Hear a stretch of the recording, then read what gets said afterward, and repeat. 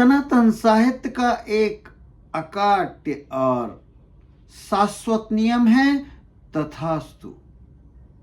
जो कुछ भी आप कहते हैं, चाहे स्वयं से हो और चाहे दूसरों से, प्रकृति का एक जवाब होता है तथास्तु, माने कि ऐसा ही हो। इस सिद्धांत को जान लेने के बाद लोग बाग अपनी वाणी में बहुत संयम रखते हैं और वही बोलते हैं जो उन्हें अपने जीवन में होते हुए देखना चाहते हैं। पर इस ज्ञान के अभाव में बहुत से लोग अटेंशन पाने के लिए या अपनी सहूलियत के लिए, बचाव के लिए या कई बार तो बहानों के लिए कि मैं बहुत बीमार चल रहा हूं इत्यादि इत्यादि, और फिर वो उनका एक व्यक्तित्व का हिस्सा बन जाता है, आचरण का हिस्सा बन जाता है, स्वभाव बन जाता है। और जो कुछ वाणी से बोला गया है सिद्धांत के अनुसार, ब्रह्मांड उसको तथास्तु कहता रहता है। तथास्तु तथास्तु। तो ये हमारे अनुभव हैं कि जो लोग अपने आप को बीमार बताते रहते हैं वो लोग सामान्यतया बीमार रहते हैं, और जो लोग अपने आप को तन मन भावनाओं और अध्यात्म से सदैव स्वस्थ बताते रहते हैं वो सदैव ही स्वस्थ रहते हैं। ये आपके भी अनुभव होंगे। अब मैं पूरे बहुत कंफर्म होकर कह रहा हूं कि ये आपके भी उद्देश्य निष्कर्ष होंगे। आपने ऐसे लोगों को अपने इर्द गिर्द देखा होगा कि जो लोग अपनी कमियां निकालते रहते हैं, आलोचना करते रहते हैं, अपने बारे में खराब बोलते रहते हैं, उनके जीवन में बहुत खराब घटित होता रहता है। तथास्तु एक आध्यात्मिक, प्राकृतिक, धार्मिक और पौराणिक ग्रंथों में बहुत आसानी से मिलता है। आशीर्वाद कहें, पहले आशीर्वाद खूब फलित होते थे, आज भी फलित होते हैं। ब्रह्मांड इस बात का पूरा ध्यान रखती है कि आपके मन में चल रही विचार, भावनाएं, वो सब तथास्तु तथास्तु और तथास्तु। ब्रह्मांड में सबके लिए तथास्तु गूंजता रहता है। प्रकृति अच्छा और बुरे में कोई भेद नहीं करती है। यह भी दूसरा एक शाश्वत नियम है, इसको ध्यान रखा जाए। इसलिए वाणी पर बहुत संयम होना जरूरी है।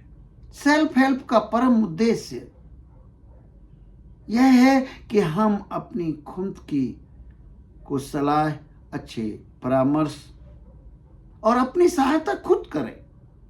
ये तो बहुत आसान है कि हम यदि इसका हमें बौद्धिक ज्ञान हो जाए तो आचरण में लाना बहुत आसान हो जाएगा। यदि हमें मालूम चल जाए कि हम कहें कि हमारी तबीयत ठीक नहीं है तो पूरी संभावना है कि तबीयत खराब हो जाए। ब्रेन को निर्देश जैसे हैं ये, ब्रह्मांड से प्रार्थना जैसी है ये। जो कुछ भी आप वाणी से बोलते हैं, सोचते हैं, अनुभव करते हैं और इमोशनलाइज्ड होकर विचार करते हैं तो वो प्रार्थना में बदल जाती है। और प्रकृति किसी भी प्रार्थना का उत्तर न दे, ऐसा संभव नहीं है। यथा चित्तम तथा वाचा, यथा वाचस्था क्रिया, यथा क्रिया स्तभा लाभा, यथा लाभिस्तभा सुखम। नीति शास्त्र में बहुत प्यारी बात कही गई है, जैसा आपका चित्त होगा वैसी आपकी वाणी में आएगा। वो जैसी आपकी वाणी होगी वैसे आप कर्म करेंगे, जैसे आप कर्म करेंगे वैसा आपको लाभ मिलेगा, और जैसा लाभ की स्थितियां होंगी अंततः सुख और शांति उसके परिणाम है। ज्ञान तो आप जानते ही हैं। मैं बार बार कहता हूं कि बौद्धिक ज्ञान ऐसा ही है जैसे मेडिकल प्रिस्क्रिप्शन का कागज लिए हुए कोई आदमी खड़ा हो और कहे देखो इतने बड़े डॉक्टर को मैंने दिखाया, पर्चा लिया, लेकिन मेरी तबीयत ठीक नहीं हुई। सामने वाला प्रश्न पूछता है, आपने औषधि खरीदी, खाई, पत्ते को पत्ते का ध्यान रखा? वो कहता है नहीं। तो फिर कैसे ठीक होंगे?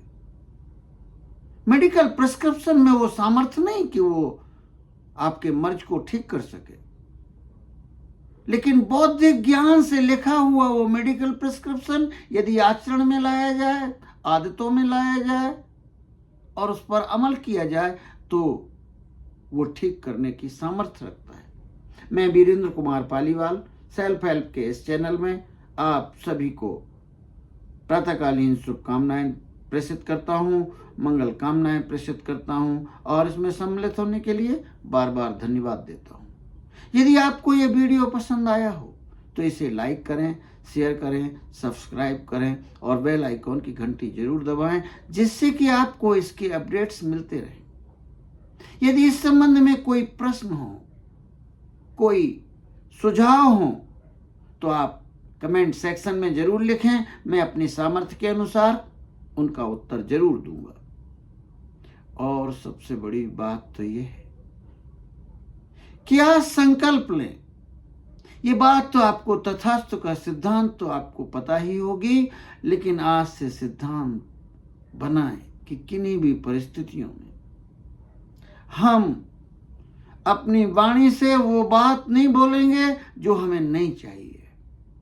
हम सदैव सकारात्मक बात ही बोलेंगे। ये बात तो हम लोगों को पता ही है, बचपन से ही कहा जाता रहा है, माँ बाप ने सिखाया है कि बेटा सरस्वती का वास कंठ में 24 घंटे में कभी ना कभी तो होता ही है। तो कभी भी कोई ऐसी चीज मत बोलो जो तुम्हें नहीं चाहिए या जो अशुभ हो। तो वाणी में पूरा ध्यान रखना चाहिए कि 100% शुभ बात ही बोली जाए।